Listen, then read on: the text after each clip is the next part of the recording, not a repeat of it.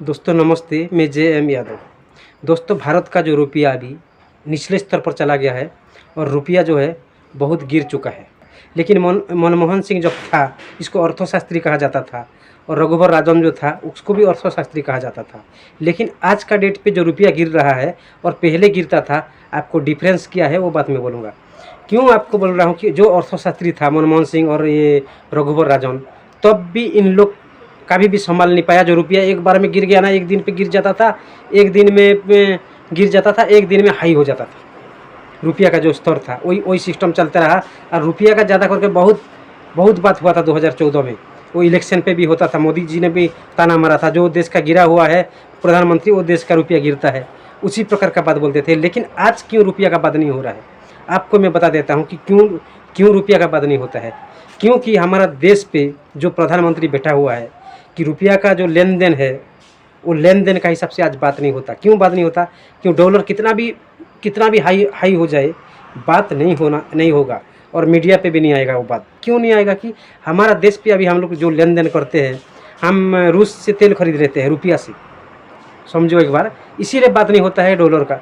अभी हम लोग बांग्लादेश से खरीद लेते हैं रुपया से ही जो कुछ हमको लगता है तो रुपया से खरीद के लेके आते हैं। अभी हम लोग श्रीलंका से खरीद के लेके आते हैं, रुपया से ही खरीद के लेके आते हैं। इसके बाद हम लोग दुबई से खरीद के लेके आते हैं, रुपया से ही लेन देन होता है।